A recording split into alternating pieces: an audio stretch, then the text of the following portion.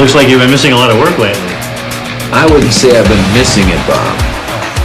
What would you say you do here? God damn it. Bob, we love playing here tonight. My brother's ready. It helps if you think of it as a game, Bob. Every game has a winner and a loser. You must possess strength to inflict pain, Bob.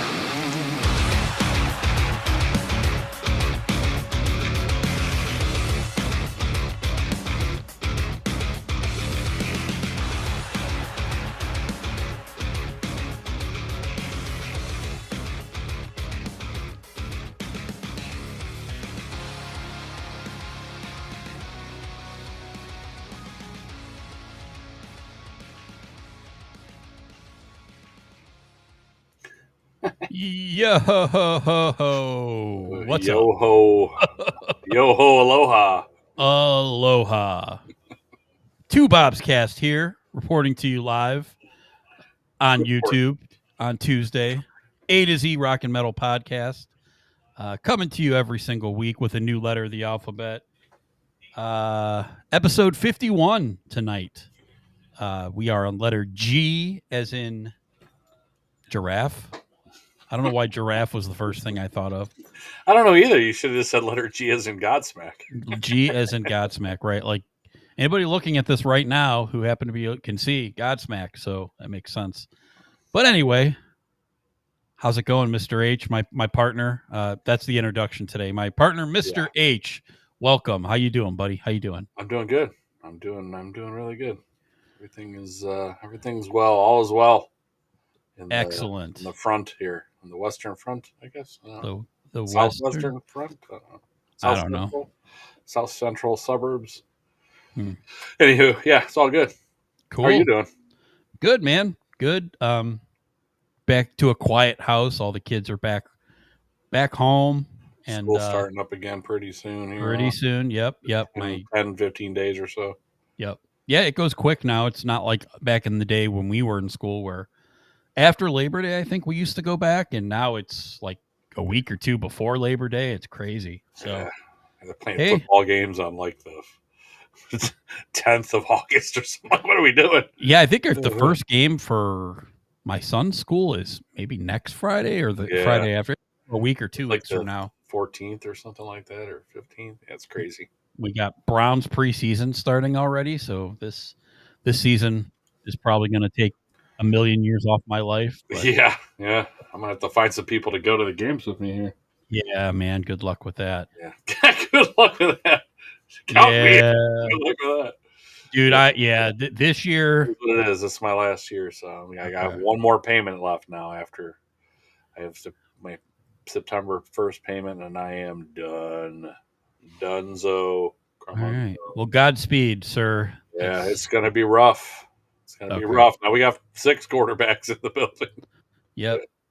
Jay, right. John, my son plays his first the 22nd. That sounds right, John. I think that's probably when they all get rolling. So that makes sense. So a couple weeks away. We're almost there. I love high school football season. I love the bands, and the football's exciting. I don't know. It's just, a bunch of kids out there playing. I always get a kick out of it. Good times. But anyway, today, as you alluded to, Godsmack is the band we will be talking about today. 8 studio albums, lots of hits, like I had mentioned in the little blurb under this video. I couldn't believe how many hits these guys have had. Super popular band. Yeah, there's a lot. Yeah, no doubt about it. Even into their 7th album. I mean, even that one is one of their most popular albums. I mean, it's got 3 of their top 10 played Spotify songs, or 3 of them are on their 7th album. Yeah, it's wild. I mean, it's crazy. Yeah, well, good for them. Good for those boys. Good for them. Bob's going to tell you why he doesn't like them. Anymore. Anymore. Yeah, I was trying to leave that as a secret and leave it as mystery, but I want to give them their flowers when they deserve it. Give them their. But I want to take their flowers away when I think they're being a little bit not good. Mr. H, what do you got about Godsmack? Godsmack, founded in 1995. in Lawrence, Massachusetts, by Sully Erna. Plays guitar and vocalist. He also played drums for 23 years before he decided he wanted to sing. Inspired, I think he said, by Lane Staley of Alice in Chains, which sounds nothing like him singing, but he was inspired by him, thought he could be a front man, and decided he was going to leave his band he was playing drums in and start a new band where he was going to sing and play guitar. So he's a very talented dude. Obviously, he's written many hit songs and plays guitar really well, and obviously plays drums excellent. So I mean, he's definitely a talented dude. Robbie Merrill on bass has been with him since the beginning, since he started this band. They were called the Scam at first, and changed their name to Godsmack. People are incorrect when they think that they're named after the Alice in Chains song Godsmack. They are aware of the song, but they did not name themselves after the song. They do like Alice in Chains, obviously, as I mentioned, and they are aware of it. But the name came from Sully was making fun of, in probably Sully fashion, who, he's notoriously not the nicest person in the world, but he was making fun of a drummer that he had in a then current band before the Scam about a cold sore that the drummer had, and he was laughing at him and making fun of him, and who knows how deep that went. And then 2 days later, I think, or a day later, Sully had a cold sore on his lip, and somebody was overheard as saying, "That's called a Godsmack," and then it just kind of stuck from there. So I thought that was an interesting little story, and he thought, man, that's a cool name for a band. And then eventually they changed their name to Godsmack. So anywho, the band currently consists of Sully and Merrill only at this time, because the other two guys left. But to start the band, the Scam, they had Lee Richards on guitar and Tommy Stewart on drums. And then, fast forward to 2025. Well, actually, after those guys left, Tommy Stewart was replaced with a different drummer, and then came back, and then was on the first two albums, and he was replaced by a different drummer, Shannon Larkin, who was in Ugly Kid Joe, and also I think Wrathchild America. I think he was in before that. I'll get to that. I have notes on that later. But and Tony Rambola replaced Lee Richards on guitar, and Tony Rambola and Shannon Larkin have since left the band in 2025. So it's just the two of them now. But that was kind of the history of Godsmack. They haven't had that many members. It's basically, it was the same four guys for 6 of the albums, and just a different drummer for the first 2 albums. So the first album, I also put in here, I counted them up. I think I've seen them 13 times. The first time at the Odeon in 1997. Herd was at that show too, opening for Seven Dust, and another band was on that bill called 1 Minute Silence.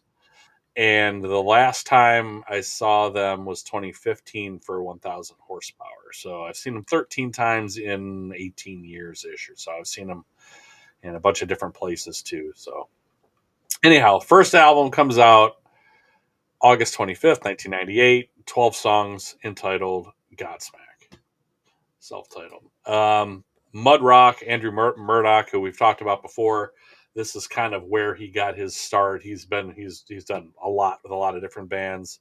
He's a really well-known producer, but this kind of put him on the map a little bit. We've done a lot of these where we've had a producer show up and just kind of everybody wanted that guy all of a sudden. So, and Mudrock is another one of those guys. He did the first few of these.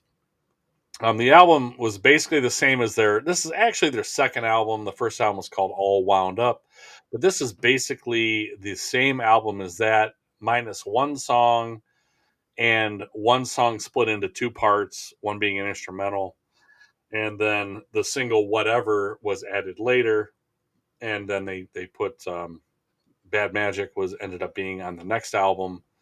So it's basically the same album. So we're not going to do All Wound Up because this is basically the same album. This is a more kind of major label. It's weird that they called it a second album, though. Yeah, it is. That's why I asked you today. Yeah, it's just remixed. It's not a. yeah. It's not a. It's not even a re-recording. It's not like they re-recorded a second. Like, why would this be a second album? Isn't just this the first one just re-released? I mean, it's weird that they call it the second album when there's no new songs on here. Like Whatever is a song that they put on here that was a single after they originally came out with All Wound Up, but the Whatever was on an expanded version of All Wound Up also. So it's not like that wasn't even on a version of that album. So it's just weird. Anyway, Tony Rambola replaced Lee Richards on guitar before All Wound Up even came out. So like I said, he's been with them all the way up until just this year.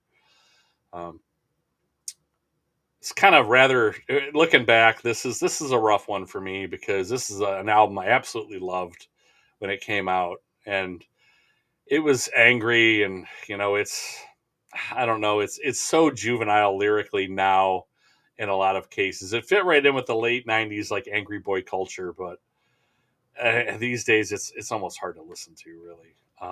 Musically it's awesome. It got my attention, kind of right away once I really listened to it. Kind of the right band at the right time, and they blew up immediately. Not for me, but for everybody, really. So they just kind of immediately blew up. Sully played drums on all the songs, although Tommy Stewart is credited, but Sully did play all the drums on this album.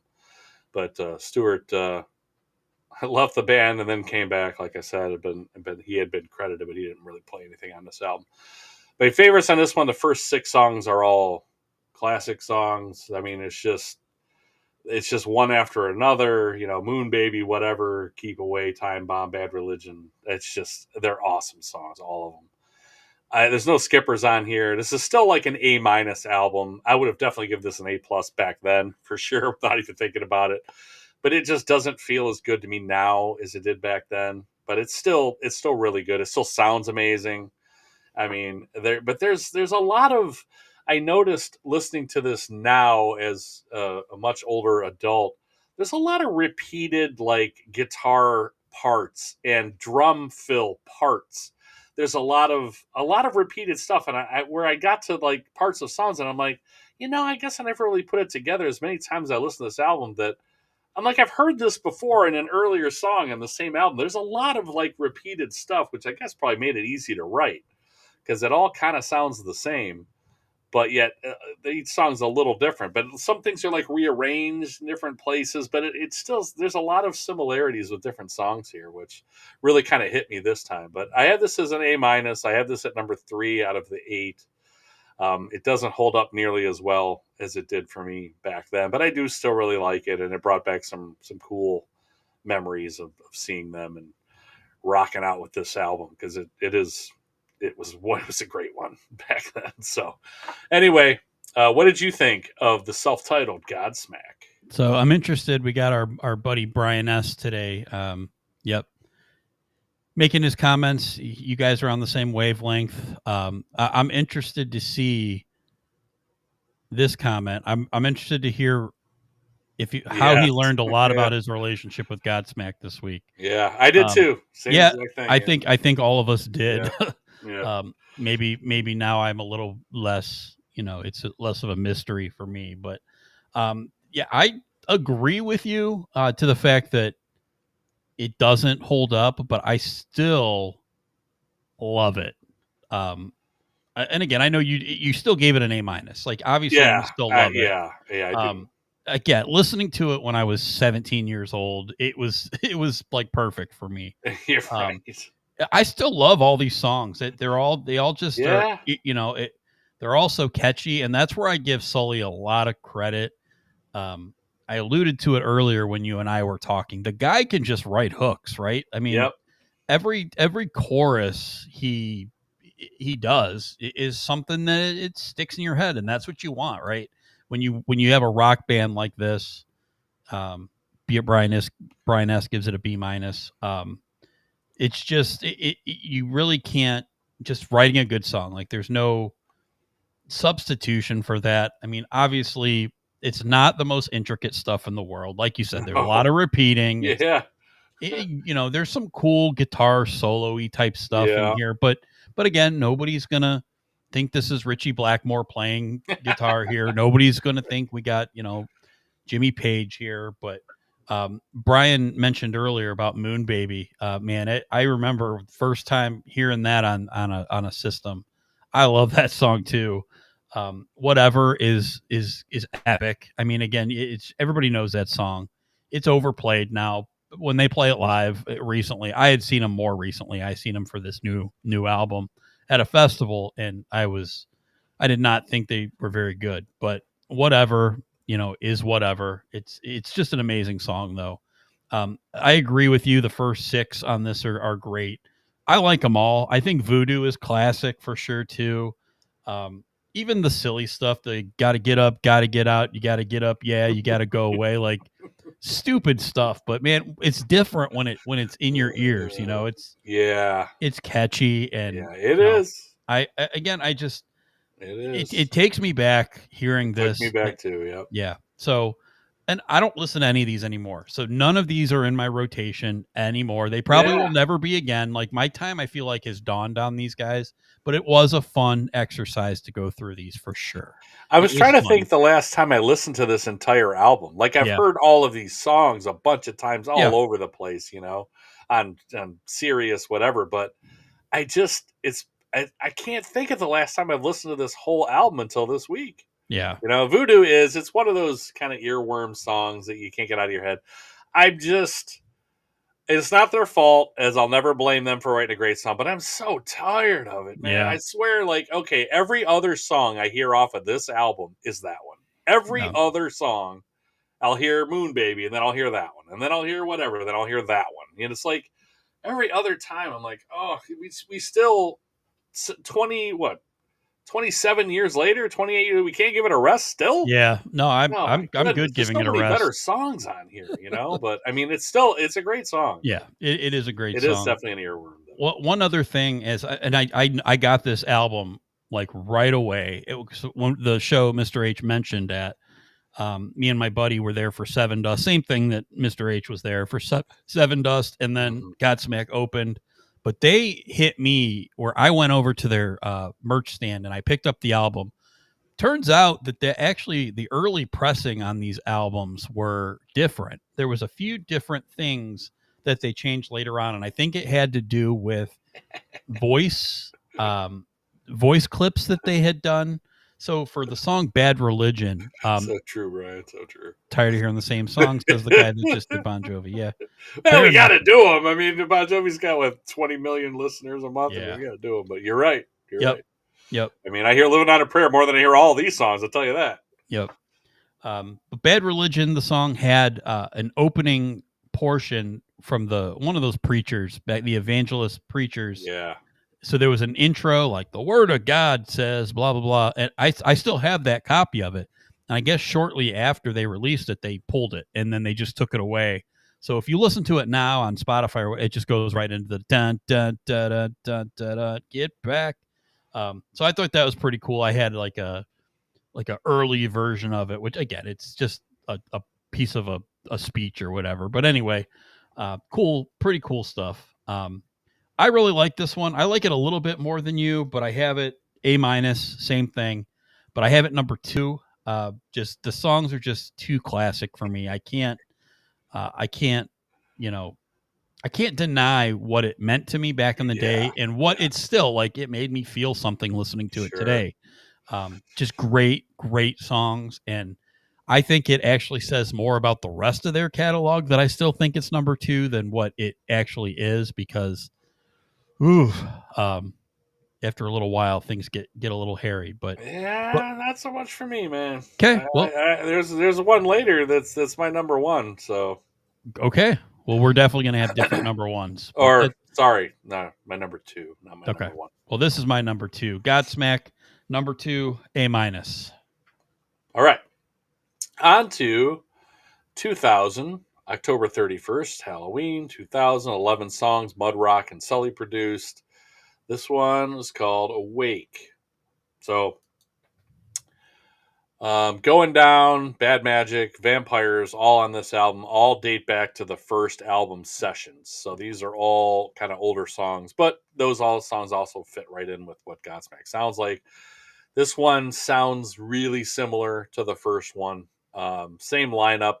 Final album for Stewart on drums, who left again, like I said before, replaced by Shannon Larkin from Ugly Kid Joe, and before that, Wrathchild America.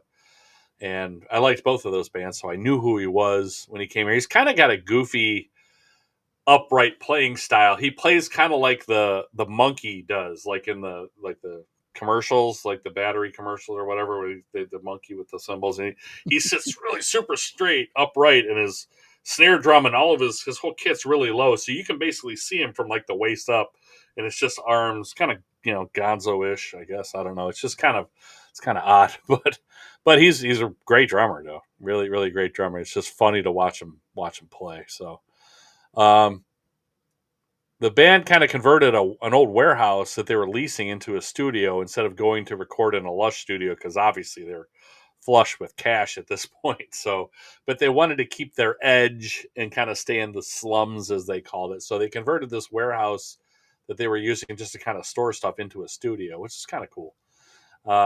They wanted to kind of stay closer to their homes in the Boston area, and stayed in the warehouse. So the songs Sick of Life and Awake were used in Navy ads that ran a lot during the 2000s. I remember all those ads. I read this online and I was like, oh, do I remember those? Like, just nonstop, like the Navy ads all the time, especially around like the Gulf War again in 2003, and it just was all the time. I remember being really pumped up about this album and liking it a lot, but I felt a little let down as I didn't like it quite as much as I liked the original Godsmack, and that held up for me this time as well. My favorites on here are Awake, Greed, Mistakes. I do like Vampires.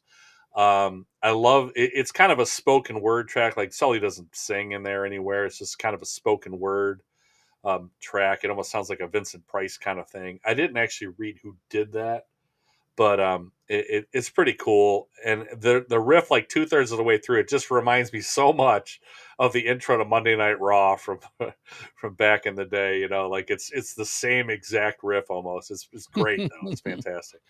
But no skippers on this one again. I have this as a B plus at number 4. In ways, it's a bit more mature in songwriting with a little less repetition of the recycled riffs and drums like on the first one. But it definitely kind of rocks less also. It has a darker, slower feeling in a lot of spots. Like, the examples are Mistakes, Forgive Me, Spiral. Those are all kind of slower, darker kind of songs.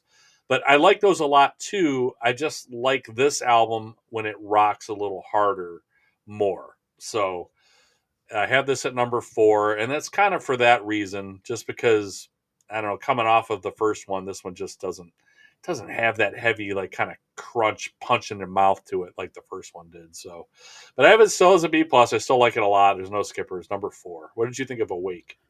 Yeah, so when going into this, I thought easy this was going to be my number 1 because I had a lot of great memories with this album, but definitely does not live up to the way that I felt about it then. I think it's lacking. I think it's like, for me, it's like a half album.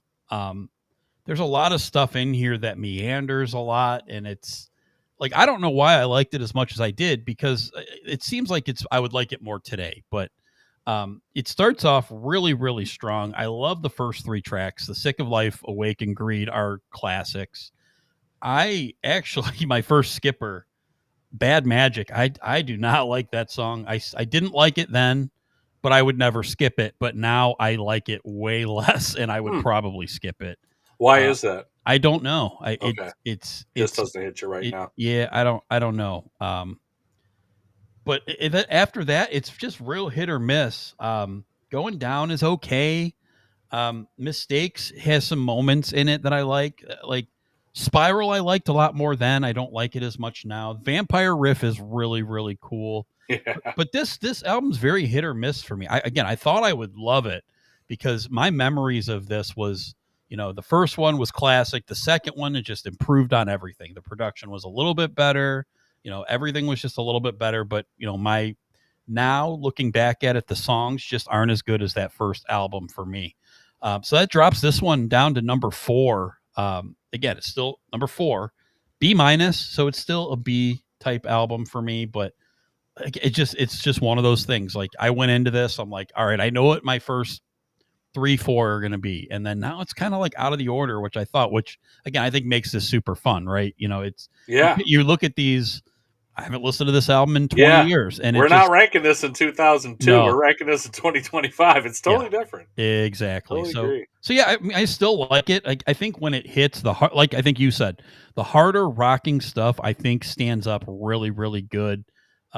Greed, I love that song, and it's one that I know it was a single, but it's not like Awake was the one that was overplayed all the time. Greed, I think, was just in that spot where it was a single, but I really liked it. And I never really got sick of it. Mm-hmm. So a really a lot of high moments on this, but just a lot of iffy moments too that don't really stand up that well.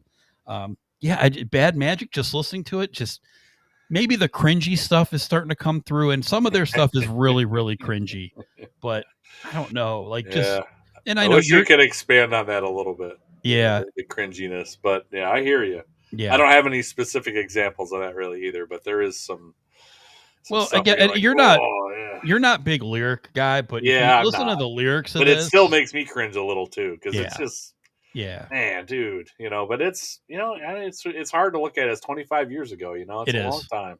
Yep. So it doesn't feel like it, that it was that long ago, but it is. It's a long time ago, man. It's like, stuff that happened in 1975 and like when the year 2000, and you're like, man, you didn't even remember that stuff, like your kids, they don't know anything about what happened in the year 2000, right? So so Brian, a long time ago, man. It looks like Brian was right along step with you. The first record, this one the same as me.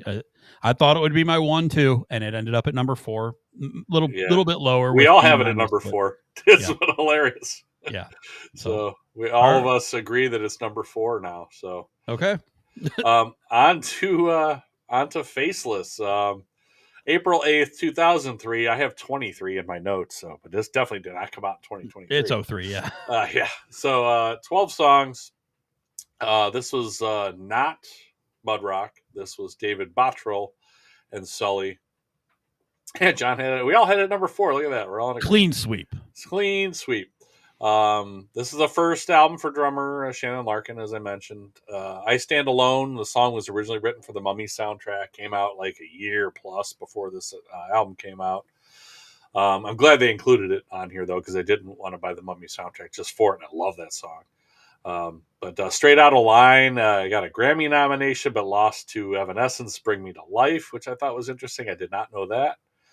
The album debuted at number 1. This is their second in a row. Yeah, second in a row, knocking out, After Awake. Those two debuted at number 1. It knocked Meteora from Linkin Park out of the top spot, which is also an album I love. So, Serenity, the song, it's too similar to Voodoo. It was inspired by Neil Peart's Ghost Rider book, where he was on a motorcycle and taking his break from Rush and just touring the country and meeting people and stuff, which is kind of cool. And even though it is a little close to Voodoo, it's kind of like it's weird because it's Voodoo 2 in my opinion, but then they came out with Voodoo 2 on the next album. I was like, all right, so there's really 3 of them now. But I'm still gonna say it's a good song because it's a little too close for me. But it feels like you're just trying too hard to recapture that, but it still is a good song. So. Generally mixed critic reviews about this one. It seems critics are kind of tired of the Godsmack sound formula at this point. If you read the reviews of this album from back then, they're just like, oh, geez, no Godsmack. It's like they just got sick of it, wanted something new. And this is, it's kind of it's a good mix for me of the slower, moodier stuff and up-tempo rocker stuff. My favorites on here are Straight Outta Line, Changes. I love the riff on Changes. I Stand Alone, I love. And Realign is one of my all-time favorite Godsmack songs. I absolutely love that song. And it might be my favorite Godsmack Skippers, like I said, none really. Although Serenity is old and kind of played out for me, and it's too close to Voodoo, but it's still a good song, so I still didn't skip it. I listened to it. But I have this as an A minus again. But this is number one for me. This is their best album for me.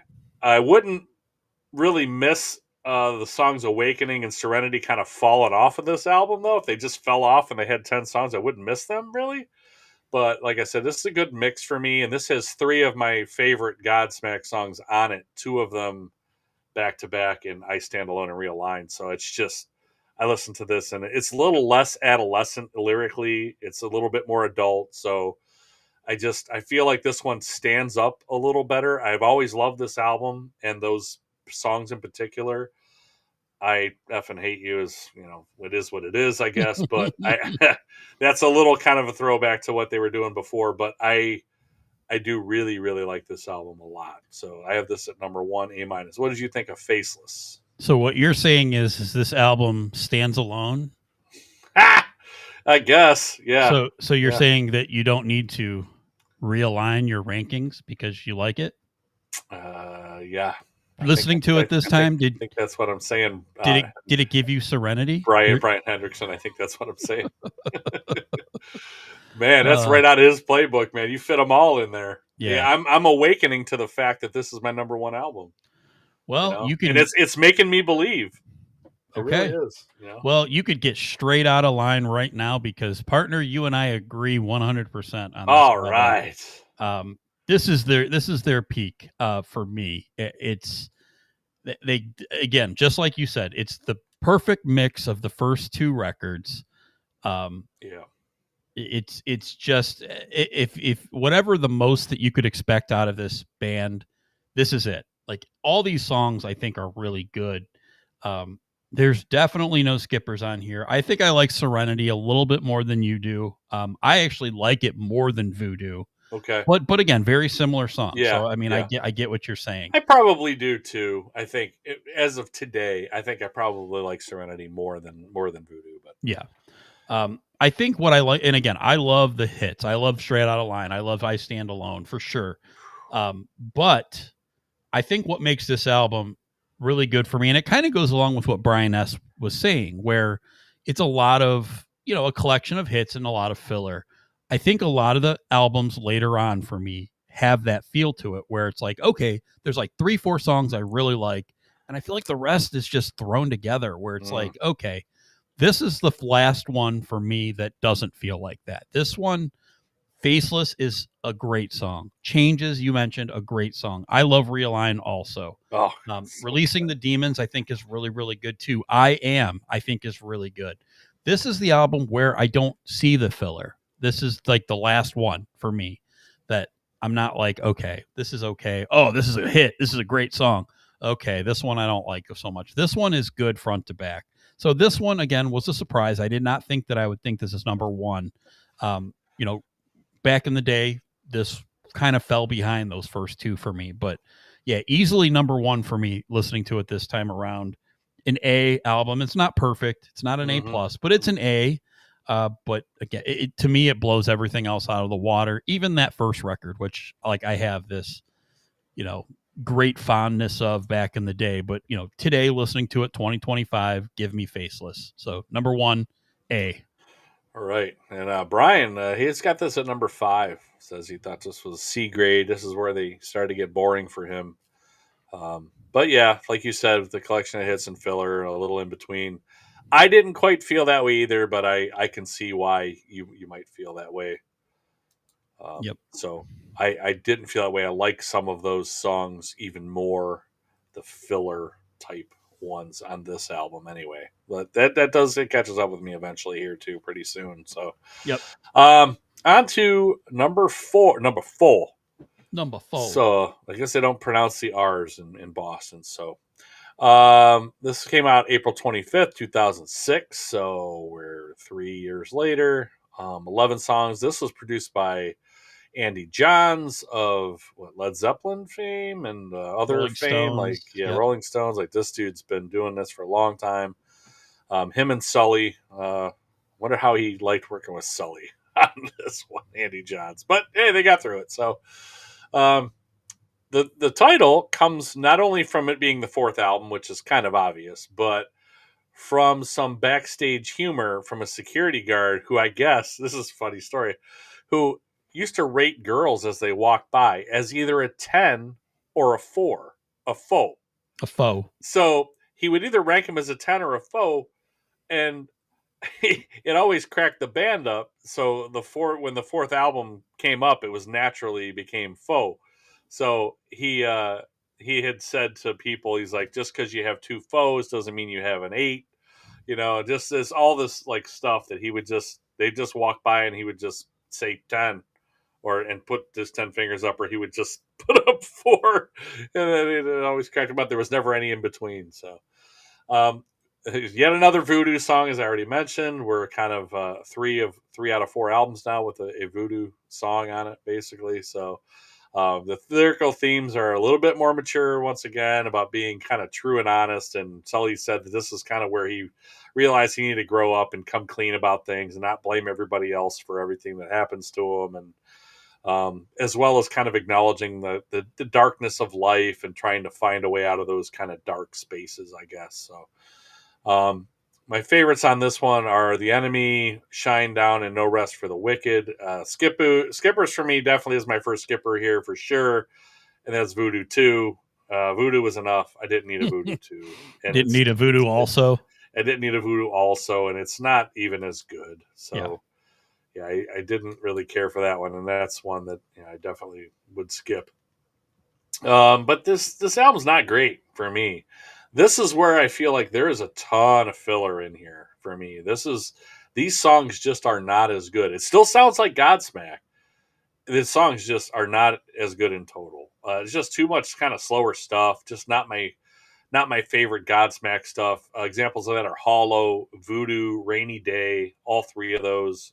Voodoo. That's exactly what it is. Voodoo. So Voodoo Do and Hollow and Rainy Day are just slower, just kind of plodding songs. Like I could almost skip those. I have this as I don't have it as a D grade. I didn't think it was quite that bad. I still got some good songs, Brian, but you and I both have it at number 7, though. I have this at number 7. I have this as a B minus, kind of C plus. I don't think I gave anything of theirs a C. I could, though, if there was to be this one or another one, I'd give a C, and maybe I did give a C later. But this one definitely is down there. So Brian and I agree this is number 7. What did you think of Foe? Yeah, so I gotta laugh. At Voodoo Do? No, or the D grade? I don't know. Or just in general? No, in general, I get it. I don't like any other albums. I don't want to give too much of the cat out of the bag. I don't like any other albums. All right, John, you got a camera, or Brian, you got a camera? And just pop in here, and we can just let her go for the rest of the. So give us his rankings. So this one I like more than I did when I first got it, but it's solely based on the first 4 songs. I love the first 4 songs on this. My favorite song that Godsmack has ever done is Speak. I think is my favorite song that they have ever done. Absolutely love that song. So that right there gives it a boost. I like Living in Sin a lot. I like The Enemy a lot. I like Shine Down a lot. You mentioned No Rest for the Wicked. Yeah. I agree with you that I don't like really anything else off this album, but I do like those songs. So this has got a lot of filler to me, but again, I don't like any of the rest of these albums. Like, I will never listen to any of these again, front to back. Again, that's why I brought out what Brian said about there's songs that I really like, and then there's a lot of filler. Yeah. I believe that about every album going forward. This one I have ranked higher than you guys because of the strength of the 5 songs that I like off this. I don't like 5 other songs on any of the rest of the albums after this as much as I like these 5. So this is my number 3 album. I did not think that it would be that high, but again, it's in 2025. I don't like Awake as much as I used to, so it dropped behind that for me. But this is, based on those 5 songs, is a B minus for me. So it's number 3, B minus. and the rest of this is going to get pretty ugly for me. I'm interested to see which one you guys like. Your number 2 and Brian's number 1. I'm interested because, again, like, I don't want to belittle or put this band down, because I know a lot of people that like a lot of the stuff that they've done recently. I'm not saying any of it's bad. I'm not saying that this is a bad band going forward. This is just not something that again, after this, no, again, that's why I'm trying to, and we'll have Brian, we'll show here. So he's trying to let you down softly here. No, I'm just letting you know is about this time. So number 4, you said came out in 2006. 2006, I was not listening to radio rock anymore. Like, it was not something that I would ever seek out. Like, I, at this point, was listening to Killswitch Engage, and I was listening to Lamb of God. Yes, 100%. I'm listening to chugging Mastodon. riffs, 100%. Yes. So the last thing that I want to listen to is any of these. It's just not my style of music. Brian, I know you like stuff that's not as heavy as what I like. And, I know that there are people who it's really exciting when you get your wife or your girlfriend or your boyfriend or whatever to really like a band that you guys can all go see together. And this is one of those type of bands. So kind of get going off my little rant here. I understand why people like this stuff going forward. I'm not, that's why music is awesome. It's different for everyone. I can acknowledge, a lot of bands, like when we did Five Finger Death Punch, like, I don't know how people could like some of that later stuff. For me, it's just over the top, cheesy, and like I really cringe listening to it. A lot of these albums going forward, it's just not for me. So I'm not going to argue with any of you guys if it's your favorite, if it's your second favorite. I get it. It's just not for me. So that's no fun, man. You got to call us soft and wusses or something, man. God. I mean, we'll see. We'll see. We'll see how high you rate some of these. There's one album in the rest of these that I think is garbage, really, really bad. So I'm hoping you guys pick that as 1 or 2, so we can have a little interesting. Because there's one that I put as letter grade no. Wow. Yes. Wow. Where I wouldn't even give it a D. Like, I would never listen to it. To me, it's really bad. Wow. We'll see. Very interesting. Yes, we will. Tune in. Yeah, stay live. Tuned. TwoBobsCast. So, on to 2010 and album number 5, You and Your Death to False Metal. Oracle, May 4th, 2010, 10 songs. This is produced by Sully and Dave Fortman. This album stood out to me in one way, in that it sounds killer. This album sounds great. It's got way more bass than I remember. Robbie Merrill had to be like, thank you, finally. Like, there's way more bass in here than I remember. It sounds fantastic. This album sounded better than the first 4, all of them. I couldn't believe it. I was like, man, this album just sounds really good all through it. So, Crying Like a Bitch, there's a lot of different stories about where this song was written about, and it definitely I think came from the Crewfest 2 tour. Like, Tommy Lee said he won't get in the middle of it. Shannon Larkin speaks about some stuff but not other stuff. Sully won't talk about it. He's like, yes, things happen, but I was just happy I got a great song out of it, and blah blah blah. So, but this comes, I think, the most stories that I've heard, the most consistent story is this came from a kind of a dust up between Sully and Nikki Sixx, who are both pretty hateable people, I think. But, and I guess that's where a lot of this came from, but it definitely came from that tour. They said the Godsmack people all pretty much agree that there was no tour they've ever been on that's been filled with more drama than that tour. I think either Robbie or Shannon said something about, like, when Motley Crue was outside of their dressing rooms, like, they weren't even allowed to have their families around. Like, the Godsmack band members, and they're co-headlining basically this Crue Fest. Yeah, it's called Crue Fest, but they weren't allowed to have their families even around, because Motley Crue was just like, we didn't want people trying fawning all over us. And I'm like, talk about, like, just the egos of these people, that, like, they're worried about the family members from another band who's doing just as well as you guys ever did, fawning all over them when they're outside of the dressing room, so nobody else was allowed to be around. So I'm surprised they even let Godsmack be around. I'm surprised they weren't worried that Sully was going to come over and bow down to somebody. I don't know, but it's just the stories are just absurd. But there was definitely a lot of drama on that tour, so apparently it came from that. And I do like the song. So this album also came after a break of 2 years. They wrote Whiskey Hangover, I believe. Was that the name of the song they wrote? In Between. It's not on this album. I think it was on the Greatest Hits, wasn't it? Yeah, I believe it was on the Greatest Hits, but they wrote it basically right before this tour, so they were playing it a lot on this tour, but they didn't really play anything else off of this album because they were touring on the Crew Fest In Between. But they did play that Whiskey Hangover song. But anyway, I like that one too, but it's not on here. My favorites on here are Crying Like a Bitch, Love, Hate, Sex, Pain. Again, I'm not a lyric guy. I don't really think those are lyrically the best songs in the world. They're really not very good lyrically, but the lyrics, the vocals themselves just fit with the music. I love the way the songs sound. I love the styles of them. It's to anybody eating his food. And that could very well have been, but I think that's kind of before he really had problems on stage breathing and moving around anywhere. So, but that could very well be. Maybe that was the start of it. I also like Good Day to Die. I like that song a lot too. That I guess that Greatest Hits was what, Good Times, Bad Times, or something like that. That Whiskey Hangover is on. Anyhow, it's listed as a single on this album, but it's not on this album. So I don't have any skippers on here. I have this as a 5. I rated the last one as a 7.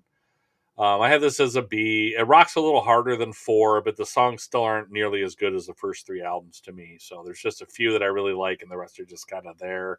I don't really want to skip any of them. Like I said, it all kind of rocks, but nothing that really stands out as like, boy, I really got to hear that again. So even those 3 songs, they're my favorites on here, but they're not anywhere near the top 10 to 15 Godsmack songs for me. Nowhere near. So what did you think of Oracle? I had it number 5. I agree with the fact that it sounds so good. I think I couldn't believe it. That really, really helps it out a lot. The best production I think that they've ever done. It's heavy. I think Brian S. stated, this is his number 1 album, which I'm happy about because I feel like I don't have to get into it with him about the one I really don't like. But again, I agree with the riffs here, the driving riffs, the energy spikes. You can't argue that.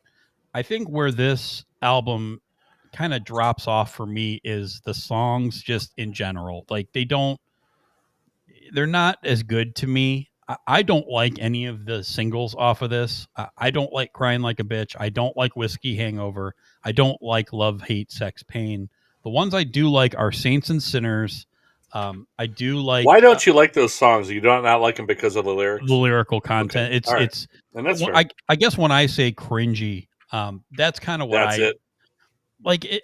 He'll sit and talk like I'm maturing and whatever, and then it's like maturing's not selling. I need to go back to what I was saying about before, right? Yeah, like I don't need to be serious anymore. I need to call people out for crying like a bitch, and I need to call people out for a whiskey hangover. Like, I don't know. To me, it's just like, all right. It's might have liked this better when I was younger. Now it's cringier to me.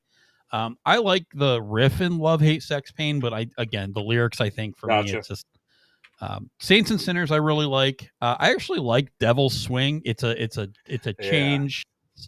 We think we go over this all the time. I think all these bands have like this different, like a swingy type song, and you're like, yeah, it sounds too much like another type of band that's not them. Yeah.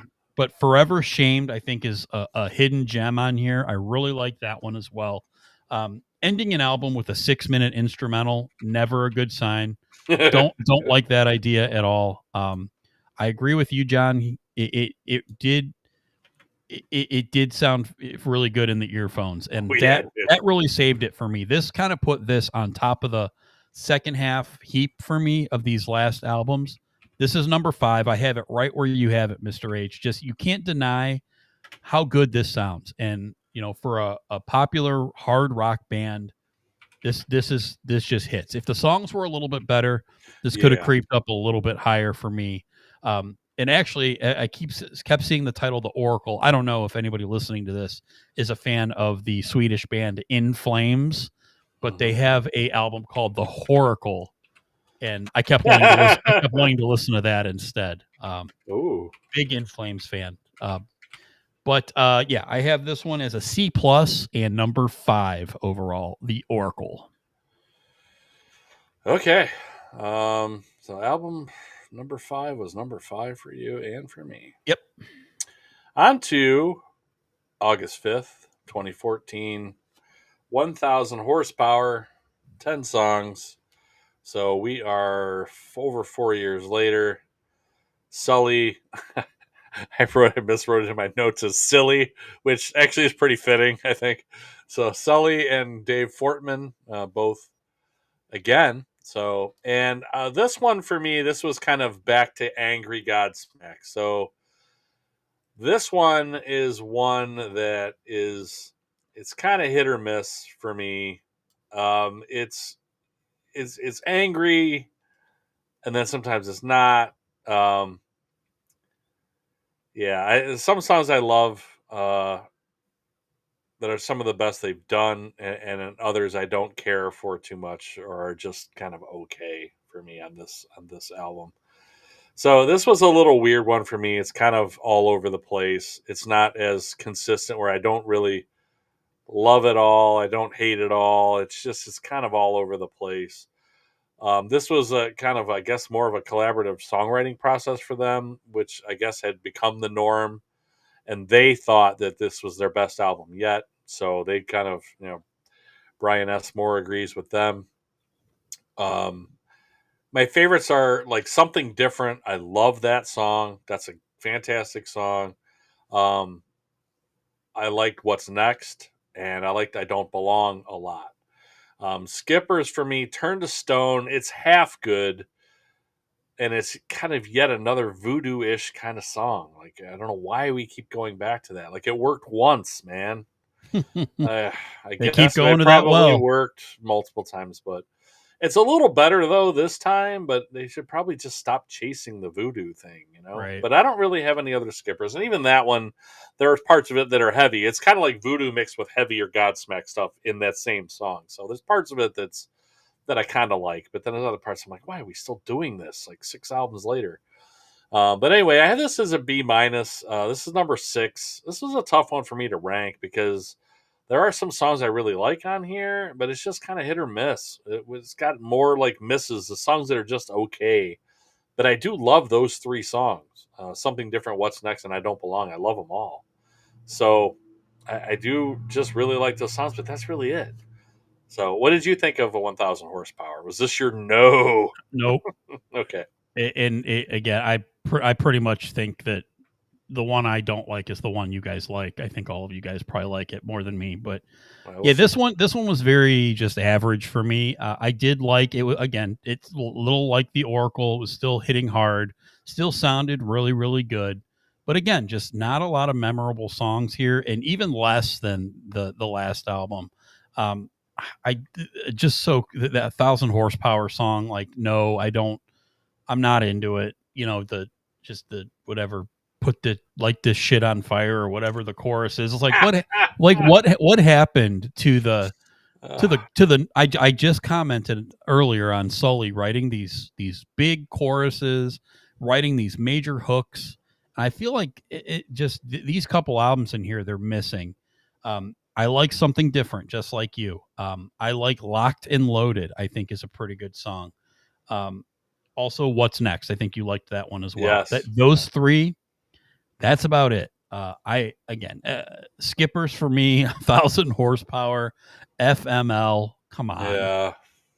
Turning to Stone, you mentioned, like, okay, just again, this is probably my least favorite one that it's just completely not the one that I don't like, completely not my style. This one is probably the worst one of all the rest. This is number 7 for me and like a C minus.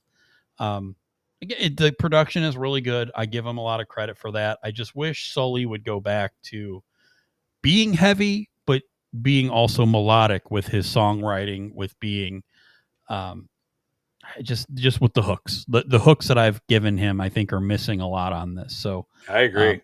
Number 7, C minus. Just again, 1,000 horsepower. Just not really a fan of that. So I agree. Well, good news is the melodies and the hooks are back. When Legends Rise, April 27th, 2018, 11 songs. Eric Ron, no idea who that guy is, and Sully produced this one. To me, this is a kind of a more refined album, but with just great songs. Less anger, but great melodies. Like you mentioned melodies. I said that in my first comment. I wrote that there's just great melodies all over this album. I really like this one at this point in my life too.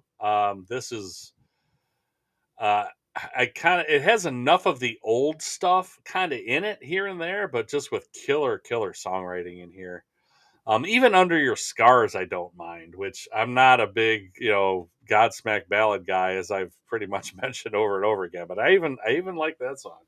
And it's 11 songs. It's 38 minutes. It's a perfect length for them. I mean, they don't need to be writing 6, 7, 8-minute songs.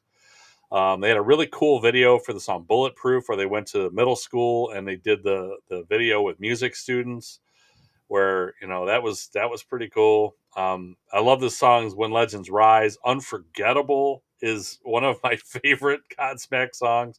Take It to the Edge is fantastic. What a great song that is too. Say My Name I like a lot. Let It Out I like a lot. There's nothing here that's really close to skipping for me on this one. This is an A minus. This is number 2. This for me is a really good album. It's not all great, but this is a really good album, and there's some excellent songs in here that are some of the best in their catalog for me today in 2025. So this album I know Kelly likes a lot too, so this is one of those ones, like you said, that we could listen to together. I love the songs. I've heard them so many times. I could make a case that this is my number 1 Godsmack album for me today. I could make a case for that. I really, really do. I just... There's so much melody. These songs stick in my head so bad. Whatever the last one I listened to off of this album, I'll wake up 3 days later and it's still in my head without listening to any more of it. I can't get them out of my head. There's so much great stuff on here. Hopefully this isn't the one that you said no to, but it might be. But what did you think of Legends Rise from April 27th, 2018? Yep, I'm sorry, partner. I gotta be sorry. This is You got what you asked for. I don't know why. Well, no, you got half the equation. Half they got melody. Yeah. This is not Godsmack. I'm sorry. This is there's nobody else that's written on this except for Sully. Outside writers. No Rumbola writing credits. No Robbie Merrill writing credits. No Shannon John Feldman. But Clint Lowry co-wrote 2 of these songs. I like Clint Lowry is a fantastic songwriter. Oh, I agree. But I'm glad Seven Dust doesn't do Q104 music like this, so that makes me feel better. Again, I get the appeal. Well, you don't like the angry stuff. You don't like the Q104 stuff. I mean, geez. No. I like the mix. Like I said, I like the mix. This does the melody. To me, this is just listening to this. I'm like, this isn't Godsmack. And again, that's easy for me to say because I'm not Godsmack, right? I mean, obviously, Sully wrote all these songs with outside help. If I was a member of this band, I'd probably quit too. This is not the same band for me. I would never listen to this. This is an album that there's nothing in here that just appeals to me. So again, I don't even feel like this album is very recognizable to our format. I think this kind of drops out of it for me to where this isn't something, again, it's not like a rock or metal to me. This is just it's an album that they appealed to chicks and couples that can hold hands and go like this during the concert and under your scars, blah, blah, do you're like a shooting star. That is the cringiest lyric I've ever heard. It's a great song. I think Under Your Scars is a great song, but some of the lyric choices to me made me kind of gag in my mouth a little bit. I'm a metalhead, and this doesn't appeal to me at all.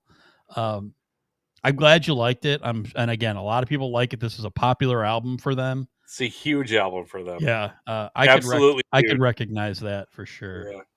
Just no, it's just no for me. Wow. It's kinder, gentler. I totally agree. And what Brian said, this is exactly it. This is not Godsmack in any of the way that I loved this band. Just not the same. And again, I'm not saying that people can't find an album that sounds totally different than what they do. I'm sure I could probably think of an example, but I can't at the moment off of my mind where it's like they went totally different with this album, but they nailed it. And it sounds like that's what it did for you. This direction for me, it just, again, I was, every song I would go to, I just sighed. I was like, this isn't anything that I really like from them. So yeah, I don't know how you can say like When Legends Rise doesn't sound like Godsmack, or Take It to the Edge doesn't sound like Godsmack. Like Nope. I don't know how you could say that those songs don't sound like Godsmack. It doesn't. So. It's not punchy. It's not. I mean, punchy. Yeah, but it fits in with like Realign, and it fits in with like some of those other great like melodies. Like Under Your Scars, I get it. It almost sounds like you came in with like a preconceived thing with this album. Well, I did. Like, I did for the singles. Like I hate this album from day one. I never listened to it, and then damn it, I still hate it. Like I don't know. I feel like you almost I think never that's gave human, it a chance, but, right? That's yeah, human. I guess. But I mean, you can't argue that it's way different than everything else they've done. Like I don't know. I don't think it's way different. I really don't. I mean, yeah, is it lighter? Sure. Is it more Q104 friendly? Sure. But so is Voodoo. So is a lot of this other bullshit they put on these albums. So yeah, but I don't know. I feel like these songs are way better than. I'm those, sorry, and I take that back. Eye of the Storm is a great song. I'm sorry, they waited to the very end for me to put a killer song on there. I didn't want to leave that out. Eye of the Song is phenomenal. Eye of the Storm is phenomenal, and I don't really feel like that sounds that much different from the rest of them. Oh, I really don't. The guitar at the beginning is different for me. I guess for like I don't know, 30 seconds. I guess. Well, there you go. 30 seconds of the album appeals to me. Yeah. Glad it appeals to you. Does not appeal to me. This is number 8. I mean, falling out of what we do on here, man. Oh my god! Like compared to like Brian said earlier, to Bon Jovi and like other stuff, man. Oh, I can't believe you would even. Oh, this has got less balls than that. What we do. Oh my goodness. Yes. Yeah. No, that's definitely not true. Yeah, it's. But close. Hey, whatever. You don't have to like it. So I loved it. I thought it was a great album. I'm glad you did. I'm glad. You but I mean, I'm a metalhead. You like a lot of shit that isn't metal too. So, I don't know, man. That's taking it a little far, I think. But hey, whatever. So yeah, we got our rant out of the way on this one. So, you done? So you're not even ranking that one? I was going to. You cut me off. Oh, my bad. You're mad at me, but you cut me and I off. just wanted to know why you feel like this sounds so much different, because I really don't. It's not heavy. It's not, and it's just it's got as heavy a Godsmack stuff in it as like half of the previous few albums did, so. Which I don't like. Right? Yeah. Can we agree to that? I don't like any of the last 3-4 albums. I didn't hear you saying you were skipping a whole bunch of songs on those albums. I mean, maybe a couple, half. But half. Like I didn't really hear you say you were skipping half of that. Well, remember what I said? I said the last whatever album, they have 3-4 songs that I love, and the rest of them are filler. Did I not say that? Right? Yeah. Quote? Okay. Yeah. So but you're talking about this album like it is, like it's Madonna.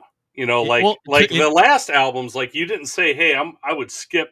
You said that they sounded like filler, but you never said that, like, "Hey, these songs are complete garbage." Like you're saying about this one, and I don't know, I don't get that one at all. But well, again, I feel like you really like it, so you're seeing it differently than I see it. Which again, that's music, right? Yeah, sure. But it does not sound like any of the other albums, and I feel like I guess I just have problems with it, being outside of the realm of what we do and being a metalhead. I mean, I'm as big a metalhead as anybody, so I don't know where that stuff comes from, but that's where I just feel like you're going over the line a little bit, but whatever. Like I said, you don't have to like it. So where do you have this ranked at? Number 12 then? Number 15, 20? Right. No? They don't have 12 albums. How could it? I know. That's my point. Like you would have it like below albums that they didn't even put out. It was a joke. Okay.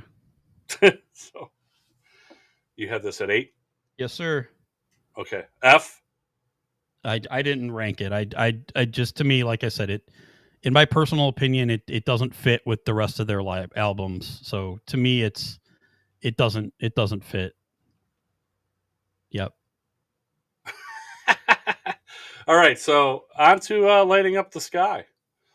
February 24th, 2023, 11 songs. This is Mudrock's back again with Sully on this one producing.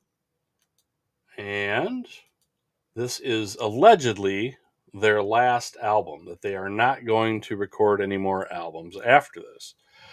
This was one after which Shannon Larkin and Tony Rambola left. They decided they had, I guess, basically got just burnt out on touring and recording, I guess, is the way they put it. And I did just see a picture recently with Sully and Shannon Larkin about, they had like Brothers Forever or whatever, and a picture of them together at, I think it was like a festival or something. Probably the one you were talking about, like didn't they do like a festival run in Europe or something like that? So I guess Shannon Larkin was with him at one of those and said that that they're still brothers and they still get along or whatever, but they don't really want to be a part of the Godsmack machine anymore, I guess. But hey, both of them have been around for 20 plus years. So Rambola was 30, and then Shannon Larkin was at least like 23 years, something like that. So it was time for them to move on. So I don't think they're ever going to put anything else out here. They just, they still tour. They're going to do greatest hit stuff. But is Robbie Merrill still with them? Yep. Yeah, okay. It's just those two now. Yep. Okay. So I wasn't sure if he left too, or he just wasn't touring, or if they. But yeah, he had he's got just a couple other guys. Do you even know who the other guys are in the band? Like I didn't see. They were hired anybody guys. I had heard of. No, anybody from the other hired band. musicians. They're probably just people that like Sully's probably met along the way. Basically, I think they were just listed as touring musicians. I was looking at some of their set lists from I think like April, I think is when they were in Europe, and it said in the notes on the set list like touring Steve Jones and whatever, like random dudes. Nice. Touring Steve Jones. Yeah. My favorites on this one, Sully said, of course, that he's like, I don't want to sound like, the bands that say that that every album's their favorite album they've ever done. And then he goes on to say that he feels like now he says this is the most important record that they've ever done. So it's just weird that, the bands are always like, dude, this is the best stuff we've ever written. And this is, I can't wait for you guys to hear this stuff. This is the best we've ever had. But he didn't want to say that, but instead he said it's the most important record they've ever done. So my favorites on here are Surrender. I like the song Surrender. It was co-written by, I just noticed this. Well, that was co-written by the producer Eric Ron, I guess, which he co-wrote a couple of the songs on the last album too. But I guess You and I was written by Salvatore Erna, which is his given name. So I was like, that's interesting. I didn't even notice that when I looked at this the first time. But there are some more writing credits on here, like you had mentioned. Rambola's on half of the song. Shannon Larkin's on one. So, Robbie Merrill's on none of them. So they definitely aren't doing the collaborative songwriting thing, and haven't for a few albums now, I think. But hey, it's the most important album they've ever done. So my favorite is Surrender. My skippers are Growing Old. I don't really like that one. That's the one that Shannon Larkin helped write. And the rest are okay. This one is B- for me. I don't love this album. The songs just aren't as catchy for me. They don't have the great melodies the last one did. And, to what you said on the last album, there's not a lot of heaviness on this one either. So, but for me, it doesn't have the melody and the catchiness of the song. So that kind of ruins it all for me there, though. But it's been 2 years and since this one came out, and this one it can't crack the airtime. If I'm going to listen to Godsmack, there's really nothing on this one that I'm going to put on ahead of even When Legends Rise or the first 4 albums. I'm not going to put this on over any of that stuff. So it's not terrible. It's okay, but it's just not going to crack the airtime of Faceless and a few other ones. So this one I have as this is my number 8. I don't know if it's just because it's the most recent, but this one just never grew on me at all, and I don't know, couldn't do this one too much. So, what did you think of Lighting Up the Sky? Yeah, it's kind of average. I don't like the order of like I like the song Soul on Fire. I think that's one of their singles. I think they should have opened the album with that. You and I is a weird opener. It's kind of slow and methodical. Yeah, it is. It's not I a thought that good. was an odd choice too. I wasn't sure what I Yeah, thought could open it, but yeah, that one's a weird one. like I will give like every one of their other albums, they kind of they start an album with kind of bruising. Even with the Legends Rise, the first song was huge for them, right? It was the title track, When Legends Rise. It was at least epic, where it kind of got things rolling. And I think every other album kind of has that same thing. And You and I just doesn't fit that. If they would have put Soul on Fire to start it, I think it would have been better. There's some decent riffs here. Surrender is a decent song. I know that's probably the bigger song on here. I heard that one live. Surrender? Yeah, Surrender, I think, was their main single off this album. Now, you saw them for this tour, right? I did, yeah. But they only played, I think, 2 songs off of this, and then their hits. So, but you thought they were really terrible, though, right? When you saw see them for why this, I thought that. Yeah, so is that this one? yeah, where I thought they were terrible is, to me, they did a lot of standing around, a lot of talking. Oh, okay.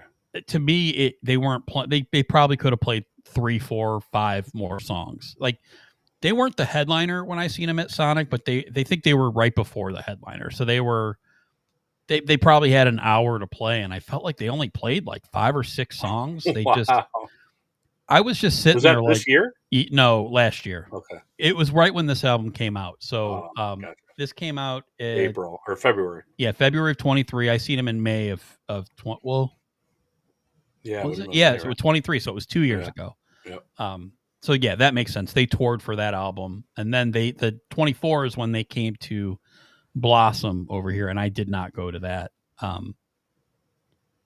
But yeah, no, this album is just very ho hum for me. I don't think it's anything special. To me, it lacked.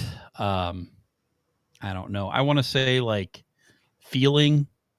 Like it just kind of felt like they were going through the motions. I feel like the band had checked out at this point, and I don't really blame them. Again, it wasn't really a collaborative effort anymore. They were more just playing what other people were writing. I know Tony did have writing credits on this, and Shannon had 1. So they were more involved here than they were previously in the last album or 2. But again, to me, it doesn't do anything special for me. Number 6 in a C for me. It was okay. A lot of filler, definitely a lot of filler. The last 2 songs are really slow. Growing Old, Lighting Up the Sky. They're really boring. Not a huge fan of that, but again, a couple. Surrender's good, and I like Soul on Fire, probably my 2 favorites. It definitely lacks like you said, like the punch at the beginning. Like, even 1,000 horsepower. Like, you don't like that song, but it's yeah. At least it it starts it kind of sets the album on fire right from the beginning. Yeah. Yep. Huh. So yeah, not a huge fan of this, but great, I get it. Bob. It's not great. Not great. All right. So overall, let's see. I don't know. We have any other stuff on Godsmack here? No, I don't think. I don't have any other factoids or anything. I already mentioned that the 2 other longstanding members left. So Kelly, thanks for listening. Yes. Her favorite album, Lighting Up the Sky. I don't know if she was talking about this one or When Legends Rise, but yeah, she likes the newer stuff for sure. Okay. I get it. 8 for me. Number 8, Lighting Up the Sky. Number 7, number 4. Number 7, number 4. Number 6, 1,000 horsepower. Number 5, Oracle. Number 4, Awake. Number 3, self-titled Godsmack. Number 2, When Legends Rise. And number 1, Faceless. All right. Number 8, When Legends Rise. Number 7, 1,000 horsepower. Number 6, Light Up This Guy. Number 5, The Oracle. Number 4, Awake. Number 3, 4. Number 3, 4. 3, 4. Number 2, Godsmack, self-titled. And number 1, I Had Faceless. 8-1. All right. So we agreed on 1, 2, 3. We agreed a lot. We just 3, when 4 we didn't, we just didn't on the one. Yeah. Basically, everything else we're in the right ballpark. Basically, Right. I liked number 4 a little bit more than you Yeah, did. yeah. I was going to say there was another one too, but yeah, it was that So one. we kind of flipped 4 in Legends Rise. Yeah, yeah, pretty much. Yep. Hostile Amish. Yeah, I would love to do Hostile Amish. But he wants to churn some butter. All right, Brian. nice. Brian, thanks for playing along. Thanks I for appreciate ranking, that. Yeah, that's cool. Brian's number 1, Oracle. 2, 1,000 horsepower. 3, Awake. 4, Godsmack. 5, Faceless. 6, When Legends Rise. 7, 4, 8, Lighting Up This Guy. So nice. Thanks, Brian. Appreciate you ranking those along with us. Yes. I think that's the first full ranking we've actually got in the comments. Yeah, I think Brian ranked some the one time, and then we had somebody else rank a few, but not like all of them. But it's pretty cool. I like to see somebody else's whole catalog and see what they thought, especially somebody who like Brian who really likes Godsmack a lot. So it's not like some fringe band for him that he's obviously been into him for a long time. So that's cool. Thank you. Very cool. Yes, thanks, Brian. Thanks, John, for joining us. Thanks, Kelly, for joining us. Appreciate it. I think that's it. It's band beat Hostile Amish. What band were you in? Oh, you guys, the same band that you guys were in, or was it a different band he was in? Did we beat Hostile Amish, Brian, or did you? Were you in your different band? Because me and Brian were in a band together, and then he joined a different band after, and I know he did Battle the Bands with them too. So you have to let me know which band. I didn't remember beating them, so that must have been your other band. Yep. So he was in a band called Deficient, which is the most amazing band name ever. Deficient. We are deficient in. It's just efficient. It's just efficient. Yeah. Not efficient. No, that's the funny. I think it's the tongue in cheek of we're deficient. So awesome. All right. In lieu of next week, we are not going to do H. We are just going to break down When Legends Rise. Yeah, track by track. We're going to have we're going to listen. Got it set up. He's got a debate room set up right here, and we're going to go track by track. We're going to go note by note. Yep. Yeah, we're going to lyric by lyric. I'm actually going to put the actual notes, like the bar and treble clef. Yeah. And we're going to actually go through the melody, and we're going to look and we're going to compare it to whatever. Actually, I'm going to book a few guests. We're going to have Sully Erna in to defend. Yeah, some guy named Salvatore on here. And then Clint Lowry is going to join us live because he wrote 2 songs off of it. So, yes. But one of the, and I didn't realize, but he did actually write Eye of the Storm, which I really do like that song. So, all fun, partner. I know we get into it sometimes with these, but it's all in fun. Would it be any fun if we didn't? No, it would still be fun, but would it be more fun if we didn't? I don't know. The audience will have to let us know. Yeah, no, it's all good. I'm not as upset as I seem. I'm really not. I think it's fun. I think it's fun. We need to stop short of making it seem like domestic violence. True. We don't want to Brian mentioned mom and dad are fighting. That was a little much. I don't really know if I wanted to highlight that comment, but because we're not about that. That's for sure. Yeah. So no. That's a little far.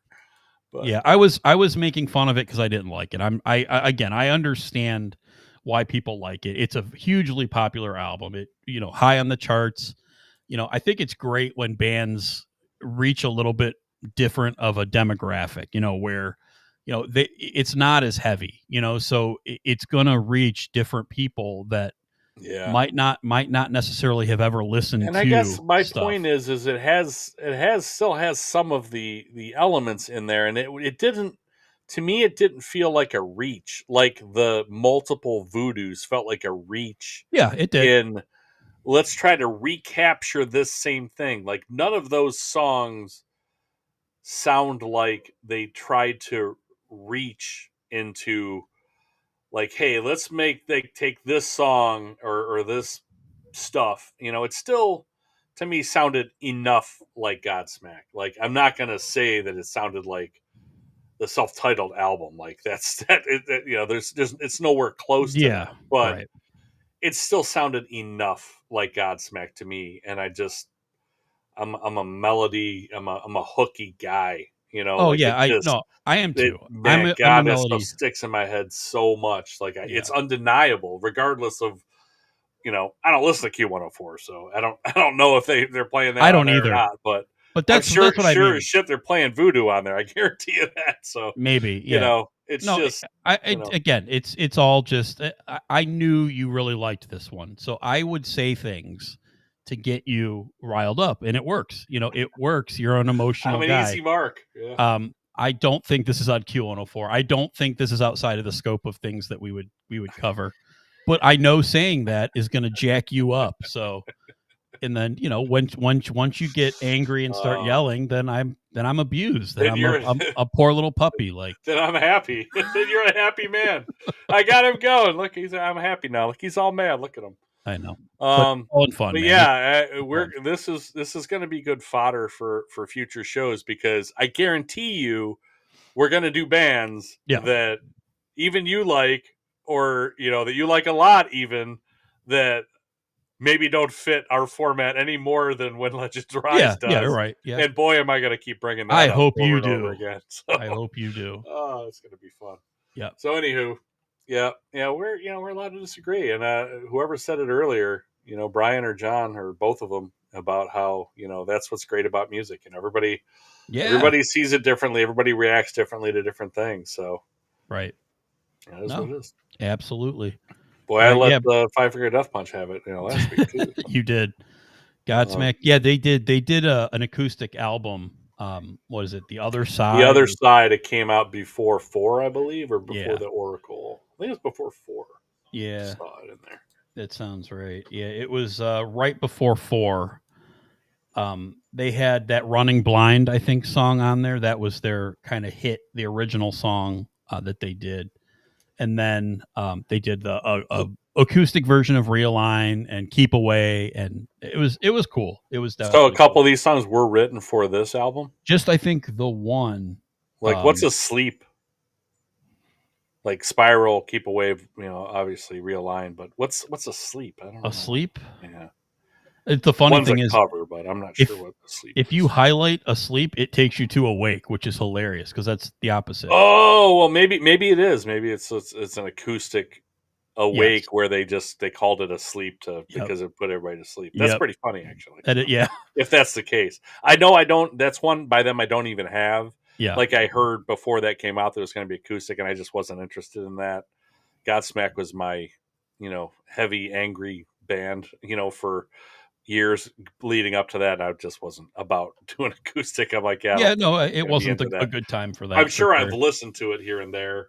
If they released it today, it might be Mr. H's thing. It might be A+ number 1. Maybe, could be. Or it might put me to sleep. I don't know. Oh wait, but it does have Realign on it, so yes, it can't be all bad. Yeah, but yeah, I can't even think of like this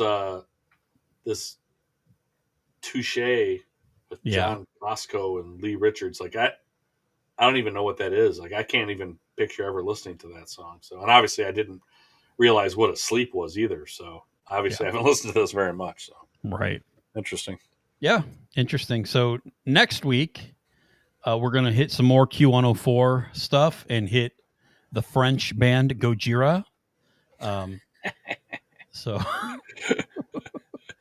awesome. Yeah. Godzilla next week. Yeah, some Godzilla is coming. Go Godzilla. Yeah. Yeah, that's going to be a weird one for me because I am not into them. You are huge into them. I am not. So it'll be an interesting week of listening for me. So I'm going to focus on that, and the great herd here is going to do the detail work of this band. So, and I'm going to learn French in the next week so that I could do all the songs in French. How about that? Yeah, that would be quite an accomplishment, right? Yes, John, they are on 107.3 The Wave. for sure. Ooh, Huge fan of Gojira, and not my whole life either. Like that's kind of a new recent band for me. Probably the last 4 or 5 years where I really got into them. I feel like that's the same for everyone. Pretty much. No, you're pretty much. I And feel like, from what I've read so far and looked into of this band, like I'm familiar with them. I've Yeah. actually seen them a couple of times. I just Okay. have never been a huge fan of theirs, but I've never really tried to listen to them all that much either. So that's why it'll be an interesting week. But they were at the Olympics like a couple years ago too. It was in Paris, so that was kind of cool. Like I made sure I watched that. Like I heard that they were was gonna be, I'm that like, was freaking awesome. Cool. Just to hear, and again, it could have been any band of that type of music. It was just cool. The fact that they were there, yeah, and they're really proud of them. But like I said, it was because they're huge now. Like they're really respected. They're nominated for Grammys. Like they're really respected band. So like the first half of their career, they couldn't go anywhere. Like nobody listened to them. And then the second half of their career, they've just blown up. Yeah. So they're everywhere now. So yeah, which is kind of cool. So the cool thing is I get to see like what did I miss from back then, which is probably why I never really gave them much of a chance. Yes. And what am I missing now that I'm still not into them that makes them so popular. So it'll be an interesting week. I feel like it's definitely a band's band. Just the especially the drummer is incredible. I remember me and our buddy Brian, not Brian that's on here, Brian that's been on our podcast, Hendo. We seen them maybe 4 or 5 years ago, and we're just enamored by this drummer. They're very syncopated. If you got the music terminology stuff, the very syncopated rhythms. It's very stop and start, and it's just insane that this guy keeps time. He hits the drums so hard. Nice. I always like that. I like violent so hard. I love it when they hit the when they just beat the shit out of the drums. I love that. I don't know why. I've always loved that, man. There's a guy back there where they're just like you're afraid those drums are gonna fall off, or he's just gonna put his stick through the heads. Like I love watching that. Like it's so fun.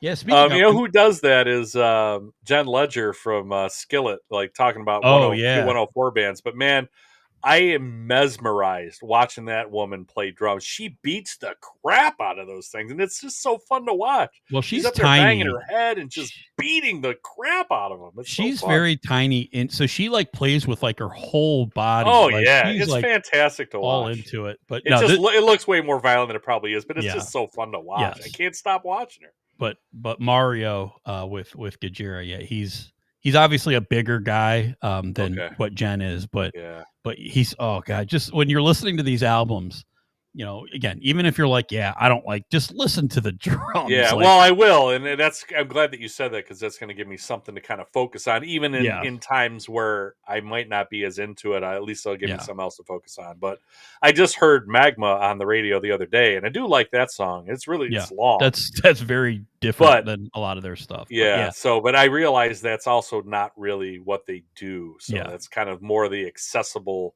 stuff that is out there. The last few albums I think are pretty accessible, so I'm interested. But if I like that, I'm sure there's gonna be other stuff I like. Yeah, for sure. So we'll get into that next week. We hope to see everybody for some Gojira breakdown.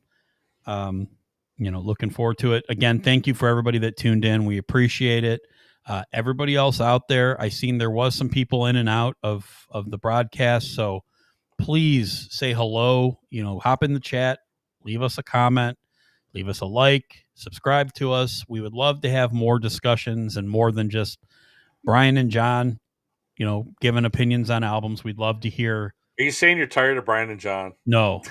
I just want... Don't let me getting angry scare you off. I can't listen to this. He's too angry. I want them in the chat to argue over When Legends Rise. That's what I want. Like, I want me and you. Brian kind of did. Yeah, he did a little bit. So he did. But so that would be fantastic. Like we would just sit back and we could just put their comments up. Whoa! What I did know. you say? I know. Whoa! Like we want some strong opinions, not just of mine and yours, but some other people too. So please, if you're out there, a lot of those, probably too many actually, but it's all right. It makes it fun. You've never seen Mr. H get angry before? Well, all you got to do is He's just full of shit. He is completely full of shit. That is the most incorrect statement that I think I've ever seen him post on here. Wow.